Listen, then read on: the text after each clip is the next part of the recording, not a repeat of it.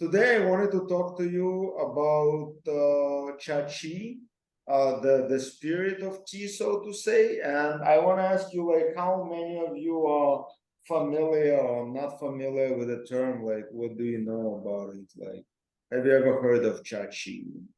Is it when they talk about being tea drunk? That's part of it. It's not necessarily like exactly it. You don't have to get tea drunk to feel chachi, but it's a very, a fluid term. So at least you heard of it, right? And Trent, did you hear about I have, chachi? yeah.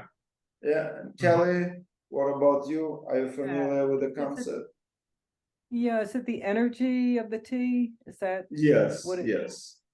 Okay. So I have to say that I spoke to many people about this concept, and to me, it's a very elusive one. And I spoke to my friends who in the tea culture into this kind of stuff, who are familiar with that. I spoke to my friends who in traditional Chinese medicine, and I also spoke about Chachi to tea producers, to tea masters who should be like experts in this field. And basically, what I came to, the conclusion I came to is that there are as many different opinions about what Chachi is as as there are people who I ask. So everybody has their own understanding, even Chinese born, native to this concept. They have a different, everyone has a different understanding of what it is. And it's very hard to formulate what Chachi actually means. And qi in traditional Chinese medicine, in traditional Chinese culture, is a life force that exists within all living things. So tea also has its qi. So everything has its qi. So I wanted to talk to you and see what you think about Chachi and what is it for you, uh, how you understand it. Kelly, what do you think of Chachi? What do you think it is? What does it mean to you? Um, hmm.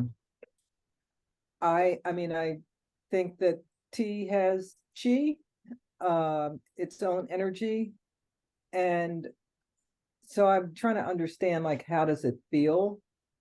And I know like this past week I hadn't been drinking tea for a couple of days and I was feeling a little sluggish. And as soon as I had my green tea, it was like I just woke up. It just like woke me up. So I feel like tea has that characteristic of bringing energy into yourself as well. I mean, it's their energy and it integrates into your body. So that's a little bit about what I think about it. What do you think? Like, because I know, like, every time there is this discussion, not every time, but many times there is discussion about chi and chachi. People kind of juxtapose, they say caffeine or like this caffeinated energy is not chi, is like, is chi is beyond that. Do you think like caffeinated energy is part of chi? Or do you think that there is a difference between, like, let me ask you this, do you think that there is chi in coffee? It probably should, yeah, I would think so. It's energy in everything, or chi in everything, life force in everything. So I guess that the coffee beans holds its own chi or energy. Um, the tea has its own energy too, and that's just kind of, but it's a slightly different, I think, because I drink coffee too. I love coffee just as much as, almost as much as I love tea. So, and I drink them all the time. But I do feel that when I drink tea, it's a little different than Right. because and tea's coffee. energy, like, in coffee, there is like the main element is caffeine. In tea, it kind of counterparts with the L-theanine that balances it out. So L-theanine is like calming you down while caffeine is bringing you up. So when the two, meet together, they come into balance. So you have this more balanced energy. And Trent, what do you think cheese? What is it to you? Like, how do you understand it? Well, I practice qigong and tai chi, as part of my life, and it's elusive, but it's not. I don't think it's external. I think it's completely internal. And tea, I think it would play a role similar to, broad term here, terroir. But Trent, if I may, I'm sorry for interrupting.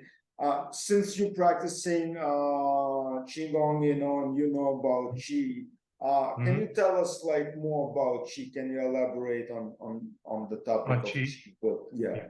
Vital energy. Yeah, it's what moves the universe. It moves everything. It moves us. Moves animals. It moves the environment, the plants, the cosmos. The ancients believed that, the Taoists. That's how they understood it. So in other words, it's life itself, right? It's like life. It is of itself. Yeah. And how also, is it like, yeah, I'm sorry, yeah, I'm not going to interrupt. Yeah. So how one would go about the Gong Fu session, the tea ceremony, there's a lot of qi in that internally. Let's call it spirit, if you will, that comes out. I believe that's my experience, because I find it similar to qigong and tai chi. When I focus on that. So how do you like feel it when you drink tea? How do you know that a certain tea has qi or gives you qi, or like how does it translate? Yeah, I don't think it's not by the taste. It has nothing to do with the taste to me. It's the whole experience of it. And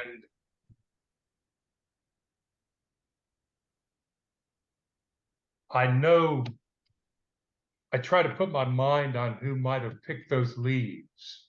I try to put my mind on how it was processed. I try to think about how it was transported, how it would come to us, who sells it to us, how do they present it in proper ways. So the energy in the tea, obviously, as Kelly said, the tea definitely has energy, a certain type. And for me, it's internal. That's I guess the sum of my thoughts. Can I just interject for a second, Trent? I had yesterday a cup of pu'er tea, purple tea, and as I was drinking it, I had the thought like more about the leaf of the tea and where it's coming from and who picked it. But I only was able to get there because I came to sit to have tea, and I just kind of calmed myself even before I started drinking, so I could kind of tap into that energetic state. And I don't drink. I practice qigong as well. Do you? Yeah, yeah. I don't sit down to have tea unless I do it, lack of a better phrase, in Zen approach. Yeah. Carolyn, and what about you? What do you know about qi and how do you understand it? Like, not like you guys, apparently. I don't know. I drink tea not for a spiritual connection. I like the tea just for the benefits and the taste of it. But I will say that certain teas can create different feelings within the body, like beyond the caffeine. Like some teas can help me when I'm stressed to relieve the stress. Some of them can energize me. Some of them can help me relax and just kind of unwind. It really depends on the type of tea as to how my body reacts to it. To me, I look at it more from a scientific aspect. It's like Chinese medicine and herbs almost. Different teas have different characteristics and responses to the body. And it's just recognizing what the specific teas do when they interact with my body. So that's kind of more how I see it or notice differences in it, more so than I don't know, a spiritual awakening. I guess I'm not quite there yet. Or maybe you're already there in your place. And Carolyn, that was one thing. It was I am not to a place where it's like, oh, this tea makes me feel this way. I'm just starting to discover it's like, oh, I'm feeling a little different, but I still haven't like gotten real clarity about the differences between the different teas. So there is one question, that arises from this. Does certain teas have certain chi, or as Trent said, this is very internal, and same tea may evoke chi in one person or evoke chi at one moment and not being able to evoke chi another moment? Is it like, does chi belongs to a tea, or or does it belong to a person, and that's your reaction at the moment, like so to say? What do you think, Trent? I think it belongs to the person, and it's shared with the tea. Yeah. Yeah, I don't think you could have the tea if you weren't there and have that chi. I don't think it would connect, if you will. It's like internal, I practice in the Neigong, the internal Tai Chi as an example. Movements, everybody sees the beautiful movements, but there's a way to move the energy through your body in a particular way. So that's internal versus external. So an external, the tea I see is external and matched with the internal chi, but of a person, but that tea has chi from whence it came. Yeah. What about you, Kelly? What do you think about? So can you say the question again? So I don't know if I'm being clear or not, so let me try to formulate it again. The question is whether chi belongs to a certain tea. Let's say, like every time you drink this tea, you feel a certain effect. So that would kind of point out that this certain tea has this certain chi. Or like you drink a tea and one day it has an effect on you, another day it doesn't have an effect on you. One day you feel chi, another day you don't feel chi. So it may be a sign that chi doesn't belong to the tea, but it belongs to you, and you just react differently, like chi is like being tea is just being like a transmitter, but it doesn't belong to this certain tea. It's like it's your internal thing. Yeah. I want to say probably both, but that's what comes to mind. And I'm just now drinking this tea, and I can feel the energy kind of just moving down to my feet. I can actually feel it as I drink it. It's like all of a sudden I'm aware that I have this feeling. I don't think I had the same feeling when I drank the other tea yesterday, it was a different type. My feeling yesterday was like I was so into the smell. I mean, that, it was just, and I was trying to identify the smell, and I really wanted not to even identify it because it's like words, they don't always match. So I was just thinking maybe both. Carolyn, do you feel like every time you drink a tea, like you said that certain teas calm you down and certain teas give you energy, do you feel that when you drink like the same tea, you can replicate, I mean, you not like you can, but it replicates the same effect, or is the effect, can the effect be different every time you drink a certain tea? I think it can be different based on how I make it. If I make it a little different, if the temperature's a little off, or I steep it a little different amount, or I use a little more or less tea. But I also think that I react differently based on how I'm feeling. If I'm really tired, or if I'm energized, if I'm in pain, or if I'm relaxed, if I'm drinking it on an empty stomach, or I'm drinking it after I just ate this huge meal. I feel like there's a lot of things that can affect even just my focus on whether I'm even paying attention to how I think the tea might be reacting to me too.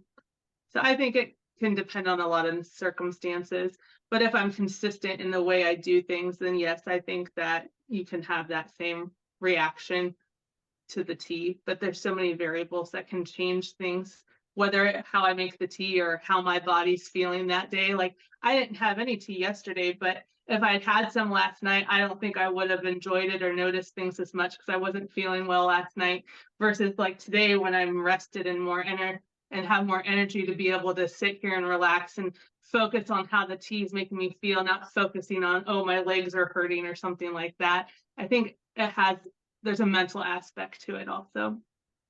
So basically, it's very important to be aware of yourself, to be connected with yourself, and to know how you felt before you started drinking tea, during the session, and after you finish drinking tea.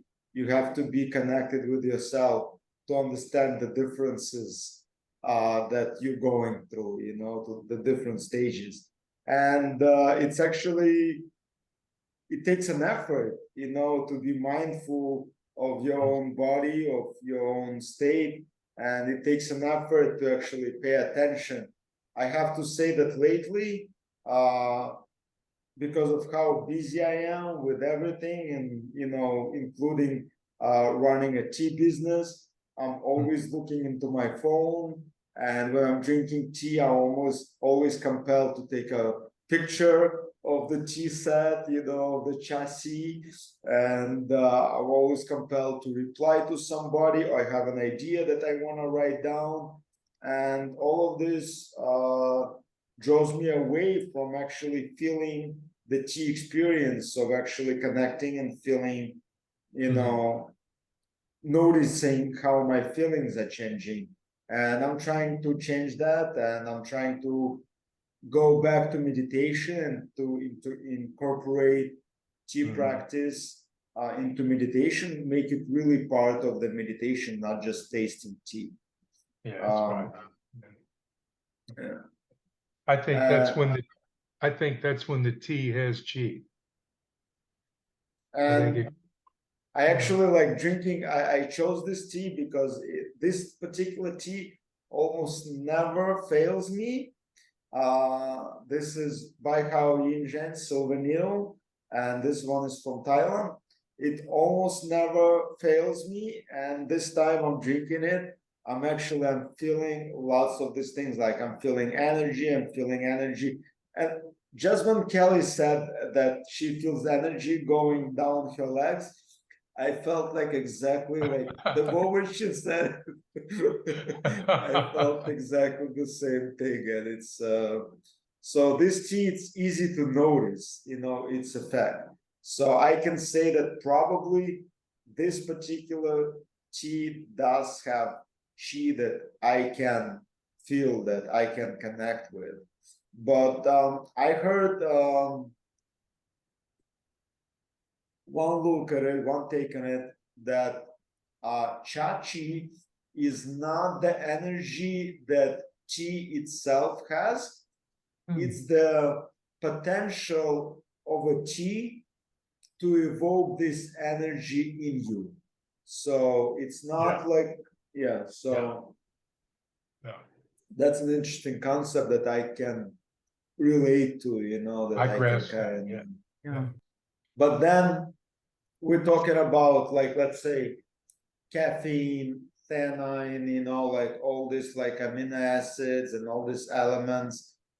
Is it part of chi trend? What do you think? Is it like, can you translate it into like, you know, chemical compound, or can you translate it into physical stuff, or these two things are unrelated, or how they related? Just, I'm not even talking about like chachi, like just chi in general. Can you connect those? Can you repeat that, please, Misha? So let's say like caffeine, Mhm. coffee is, you know, full of caffeine, and tea has caffeine, and tea has L-theanine. So when we drink it, we feel energy from coffee, you know, calm from L-theanine. Can you, is it related to chi? Can you connect it? Like, are these elements all connected? Is it all part of chi? Or is chi something completely different outside of this box? I think it's outside of that box. I think that's an external feeling that he received.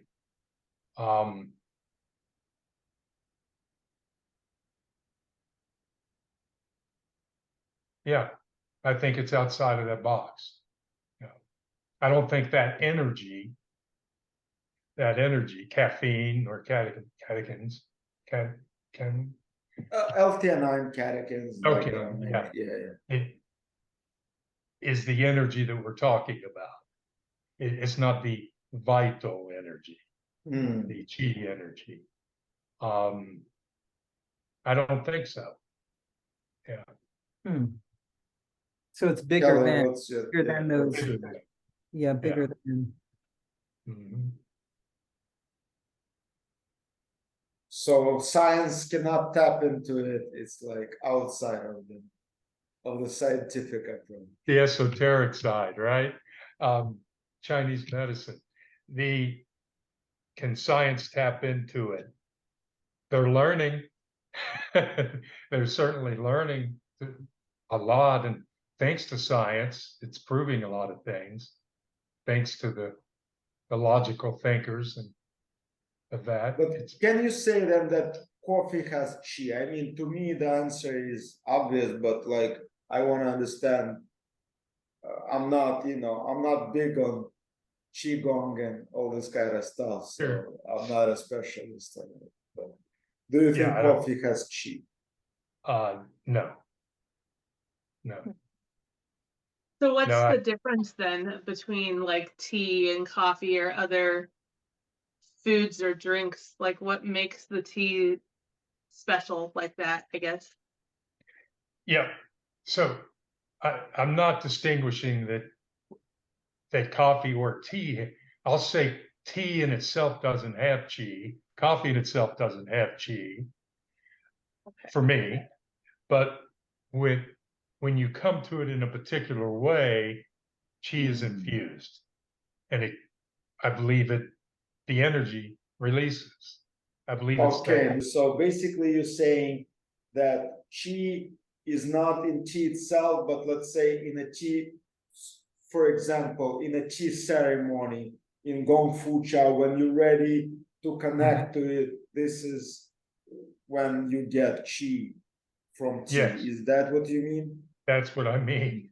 I'm glad somebody could bring that out of me. Interesting. Kelly, do you agree with it? Like, Well, what I do thought it was interesting, Trent, when you said something about the chi is released from the tea. When is that what you said? I did, yeah. And it makes me think about I guess some of the elements that go into tea leaf, like the sun and the rain and the minerals and all that Mhm, to develop the leaf. mhm, And then once you add hot water to it, it releases those things. mhm, mhm, I just thought that was interesting when you use that word release, the chi. mhm, mhm. So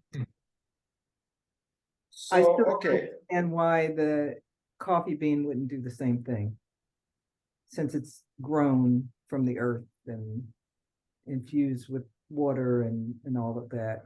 Well, I think the coffee bean could and would do the same thing. It's just the vessel that you're using to release those spiritual Yes. energies then, basically.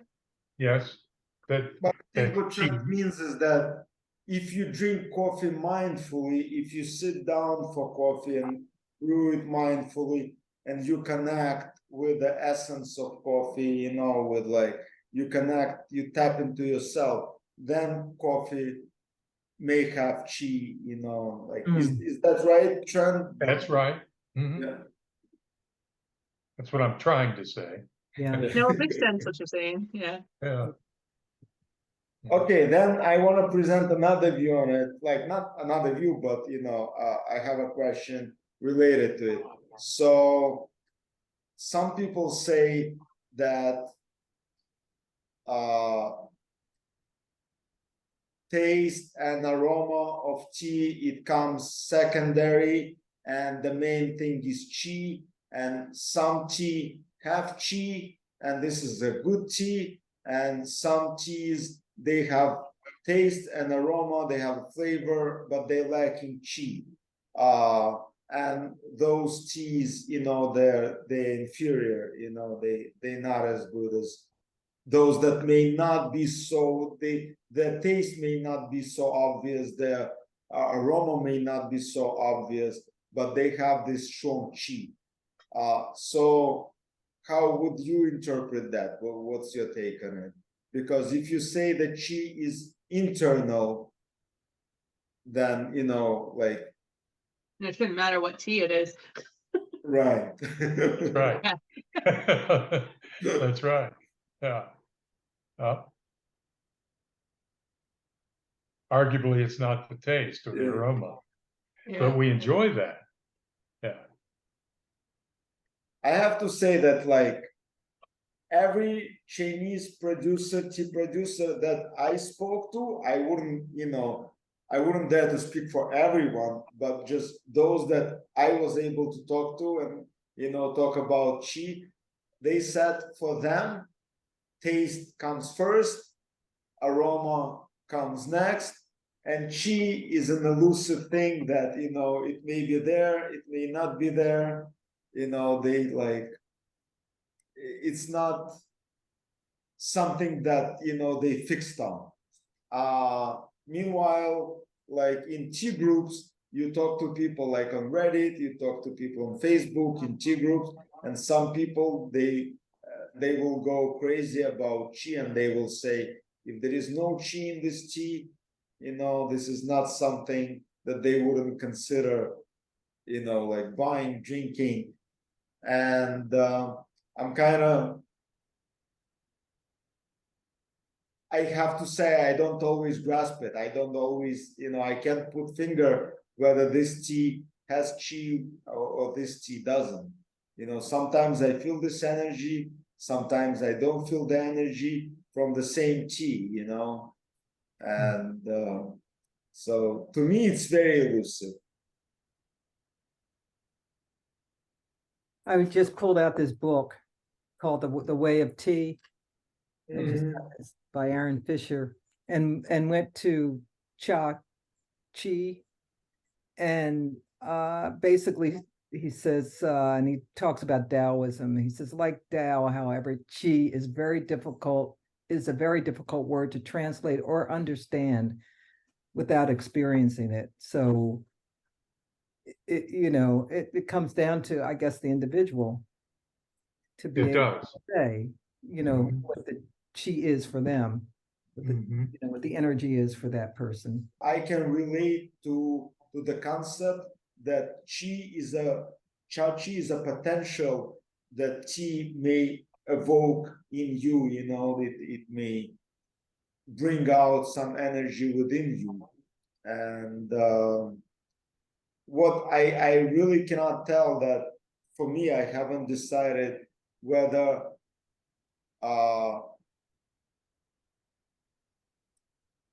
how much of it is internal and how much of it is external, because I don't think it's 100% of this or that. I think Right. it's like it's an interplay, you know, between those elements.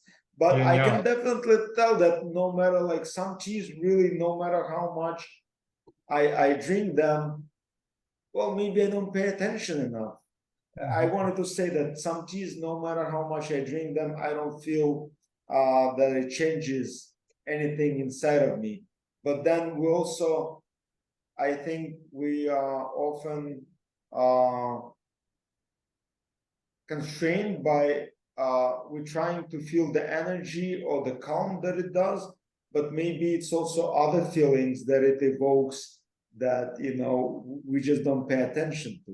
Maybe it makes you like more talkative, or more, you know, like a little bit light spirited, or, you know, or other stuff that, you know, I don't usually pay attention to. With this tea, I definitely, like, now that I drink it and talk to you, I can definitely feel the energy of this particular tea. But maybe some teas are more subtle, and maybe the concept that chi is in everything, it kind of coincides with the understanding that there is chi not just in tea, but even in water, even in coffee, Oh, sure. you know, it's just so.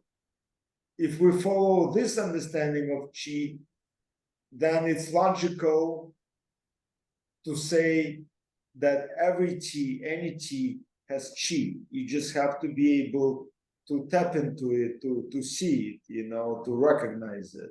Mhm. Yeah. That's very well said, in my opinion. Yeah, I like that. Yeah.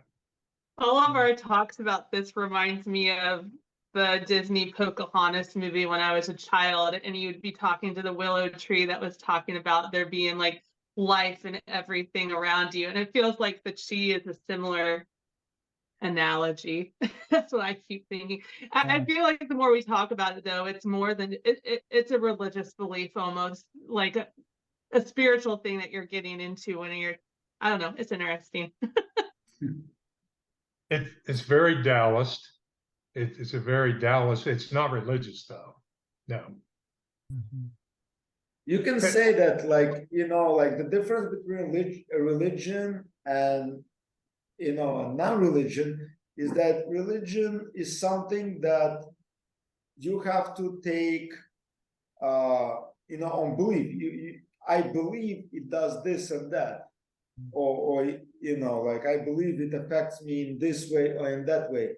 I feel like, I think that with chi, it's rather not that I believe that it's changing me in a certain way, but I feel that it's affecting me in a certain way. Work with me on this. And Kelly, you practice Qigong. So let's say you go through your training for the day and you're not very mindful, you're not very aware. The Qi probably is not very active in your practice. Your Tai Chi either, let's say. And let's say our tea, we sit down and we rush through it because cramp for time, understandable. And we don't get to experience it. We're not aware. Now, in the Qigong is to cultivate the Qi. It is to help that, just like being aware, that mindfulness. So wouldn't it be logical then, like you said, that it's there, we have to go cultivate it. We have to get it. We have to be aware of it, be mindful of it. Meditation, the same approach. Are you able to sit and to be in that positions? But so I think it's there. I think it's there. It's being mindful. Mhm. I feel like mindfulness is like the key of it, is like the most important aspect, because we established that, according to Tao, so there is chi in everything, right? There is energy, life force energy in everything. And we encounter anything, from tea to water to each other to animals, pets. So we exchange energies. And if we are mindful of how these energies affect us, how these interactions affect us, how consumption affects us, then we can feel this chi, like, because everything is interconnected. Nothing is just like on its That's own right. in the universe, Right. So like there is a constant exchange of those energies, and it's just sometimes we are able to feel it, sometimes we are not, but it's mostly on us. Whether we feel it or not, this exchange Right. is still going on. I think We so. just have to be mindful and, and see how conversation, like this conversation, for example, how it affects us, how it changes us, how it taps into us, how tea taps into us, how water taps into us. So it's all the exchange of energies that going on constantly. So Tea is a meditation for me. It's what it is. It's a practice of Zen. Yeah, I sit. I'm probably somewhere at the intersection of the Zen and Taoist. I think that's where I'm at. Yeah. they still are very connected. They rooted from, Zen rooted from Taoism. Oh yeah, sure. Yeah. I know Carolyn had talked about it depends on how we brew the tea that we use, the water that we use. And I had when we had the full moon the beginning of the month, I just decided, because I hear these things, I was like, well, let me just check it out, to put a container of water in a glass pitcher and put it outside for the full moon to do its thing, energize or whatever.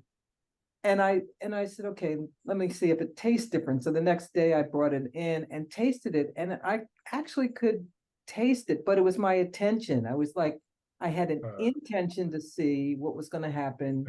And then my attention went there, and it was just like, the water's smoother. The water is more full. It had a little different taste to it, but I couldn't tell. I wasn't able, and maybe it's just an experiment to see what it did to the tea.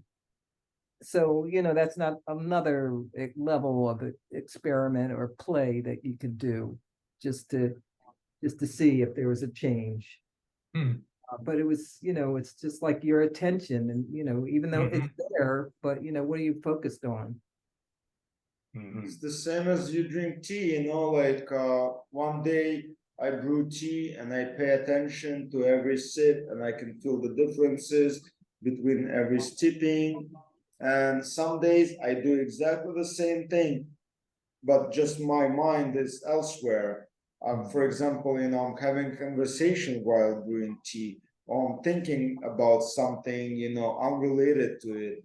And then I realized I just had like 3 brews, and I completely missed, like all those That nuances. happens to me. And I don't even remember what was I drinking, just now.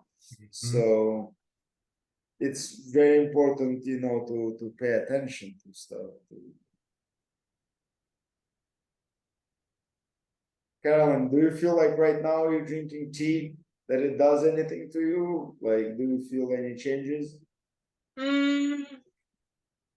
No, I don't know. I'm more focused on the bitter aftertaste of the tea than anything else. Overbrewed it a little. Yeah. I'm like, man, I'm really feeling the bitterness. I don't normally like bitterness, but I'm still drinking it. That's really all I was focusing on. Lower the water temperature a little. It may help. Yeah, I'll do that. Yeah. Do you get accustomed to bitterness? Do you start liking it like lately? This is the only tea that I can really tell there's an aftertaste of bitterness, but that I don't mind it because I feel like it's kind of a mellowed out bitterness because I can still taste the sweetness from the before the bitterness kicks in. So I don't know. I think it'll be like my sugar thing. It's just something that I gradually have to get used to before I can really start liking it, I think. Usually it should be the other way around. Usually you like first you feel the bitterness and then it's followed by sweetness. And I feel like this is the opposite. It's the aftertaste after I swallow it. That's when I feel the bitterness and it just lingers until I take my next sip. they may not I'm weird. be a good sign. Oh my God. But it's How's your interesting. puer, Ken? It's interesting how you can get used to things like you acquire a taste before it. When I would drink puer tea, I didn't like it at all. But now I do. It's just like, yeah, I got, Me too, acquired yeah. a taste for it. Yeah. I am not there yet. I've tried like 6 or 7 different puer teas and I've not liked any of them. Have you tried the Vietnamese that Peppa Chaw has? No, actually, I don't think I've ever bought puer tea from Misha. He has a Vietnamese that is really different and delicious. Huh. Try it. A little more subtle. Yeah. So Karen, what you don't like about puer? So what are the qualities of puer that are not appealing to you? I've tried both kind, the Shang and the Shaw or Shan or whatever they are. Shoe, yeah. The shoe.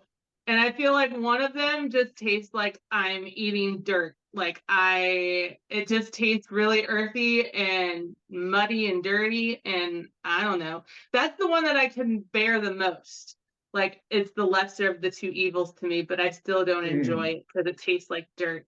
And the other one is so bitter, I feel like it's going to put hair on my chest. I just don't like it.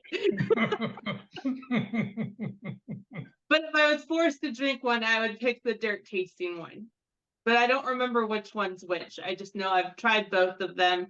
Shoe And is the dirt one. Shoe is the dirt one, and Shen is the bitter And one. I've had friends be like, oh, maybe it's just a bad quality one. Let me send you one that I absolutely love.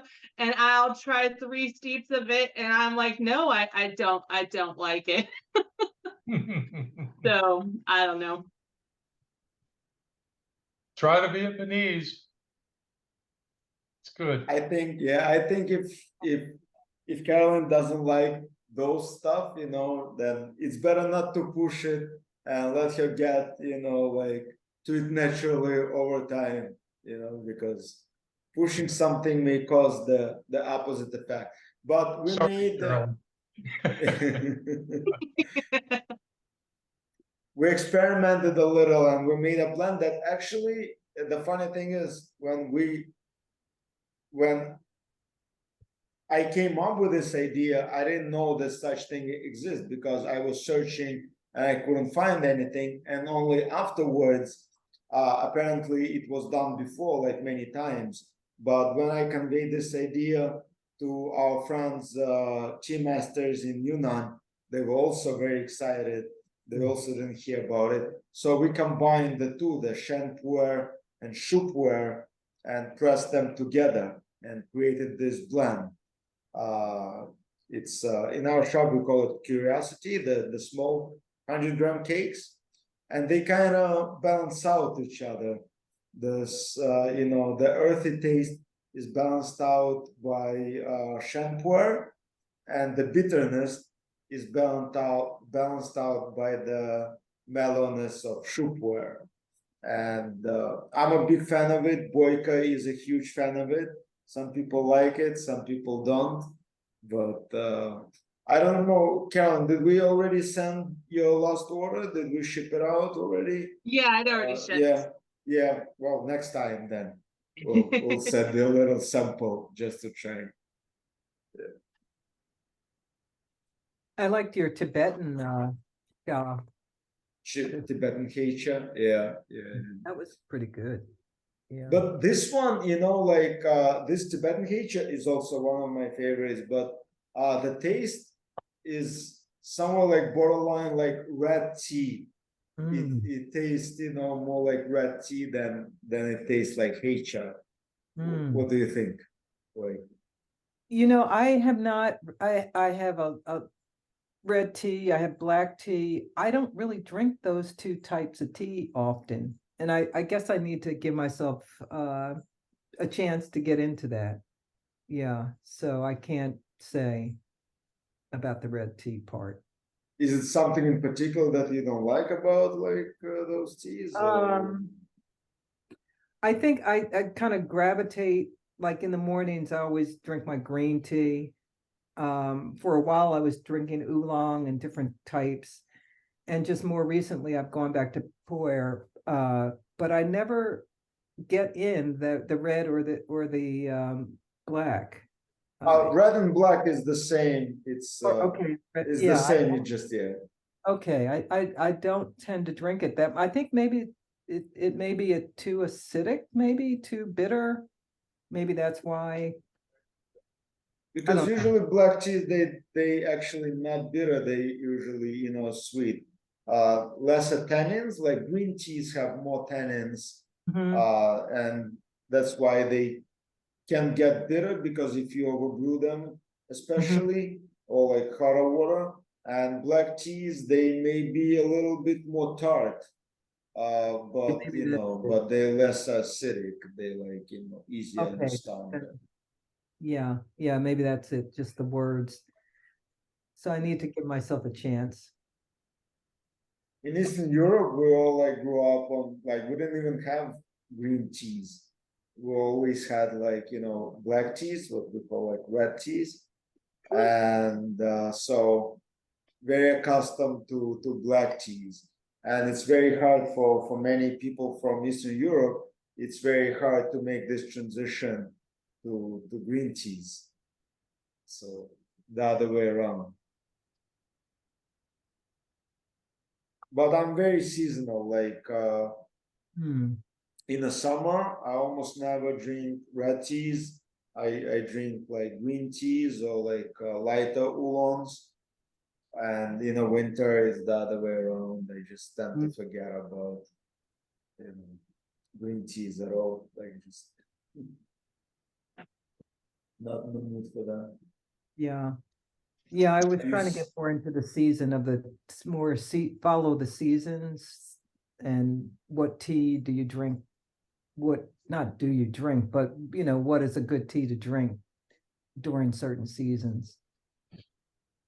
So yeah, so during summer it's usually like white teas and green teas, yellow teas, and in cooler months it's like darker oolongs and red teas and pu'er, like shu pu'er, especially in the winter. But like liu bao, for example, according to traditional Chinese medicine, is both cooling and heating. So like you can drink it, but I just don't. It just comes naturally. It's not like I'm thinking whether this tea is that or whether this tea is this. For some reason, I feel like really compelled to have a certain, like last summer, every morning I felt craving for Japanese green teas. Like there is nothing I could do about it. Like every morning I had like a Japanese green tea, and sometimes I would even like want to push myself into, doing something different. And like just I have this voice inside of me, like, no, I really want a green tea, like Japanese green tea in particular. So I'm very seasonal, just like naturally somehow.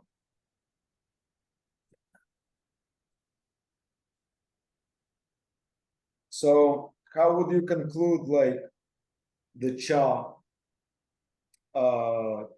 chachi, like what is your like understanding of it, like as we got to the end of the session? Like did it change? Do like, you know, how would you formulate it for yourself?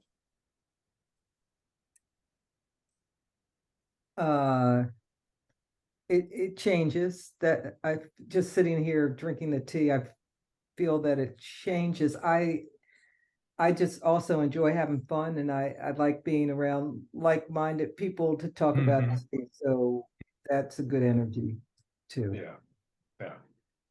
I was going to say that as well. There's chi here. Yeah, it's here. It's good to exchange it with you guys. Cheers, Yeah. cheers. Yeah. Carolyn, I hope you can feel the chi. Whether you believe it or not. Or At at least least the I feel taste. the tea, and I feel the yummy taste of the tea, and I'm happy for you. Great. I feel your dog is also happy wiggling the tail. Yeah. So I hope your dog can feel the chi in the room. Misha, I had a question for you before I hang Yeah, up. sure. I'm looking for a teapot that has a like the wooden handle kind. Do you ever come across those types of pots? We have in our shop, we have like different kyusus. They don't always come with wood. Like we have a kyusu with, you know, clay handles, and we have one with a wooden handle. Let me show you 1 second. I'll be right back. So we have this teapot, like as you can see, it has like a, you know, ebony handle. Yes. This is Ruyao teapot. The style is Japanese. The side handle is like a general Japanese style. Like for example, like this teapot is like a classical kyusu, Right. but it has, you know, the same like clay handle. This one is a Chinese one, and Ruya, I don't know if you can see here, Yeah, I it's like a can. crackled porcelain, Okay. and it gets seasoned with time. It's like really beautiful, and the handle is wooden. But this is like you know, like a polished wooden handle, and I follow like a few accounts on Instagram. There is one artist living somewhere here in US, in the US. I don't remember where exactly. And there are a few in Eastern Europe that they really make it like wabi sabi. They just take, you know, like wood, and they process like minimal. They give it minimal processing, and they make it into handles. And if you will remind me, if you ping me on Instagram, I will find those accounts, Okay. and I will just send you them. But because it's those like a completely fully handmade, so of course they command like a higher Yeah. price. Right. Yeah. Those, I think those. somebody like Peter or Petra Kuo or something. Something like that. I'm really bad with names, so I don't remember them by heart, but I can Potter. definitely like, yeah, guide you in the right direction. And I'll find Okay. the account. All right. Thank you. Yeah. All righty, guys. It was a pleasure, you know, drinking tea with you and talking about Chachi, and Yeah. something to ponder on. I have to say, my understanding of Chachi didn't clear out, got maybe got him Listen. there is a lot to, yeah, there is a lot to think about and just, you know, to discuss further. And thank you for this discussion. As it should be. Namaste. Take care, guys. Ciao. Bye. Bye. Bye. Bye. Bye-bye. Bye.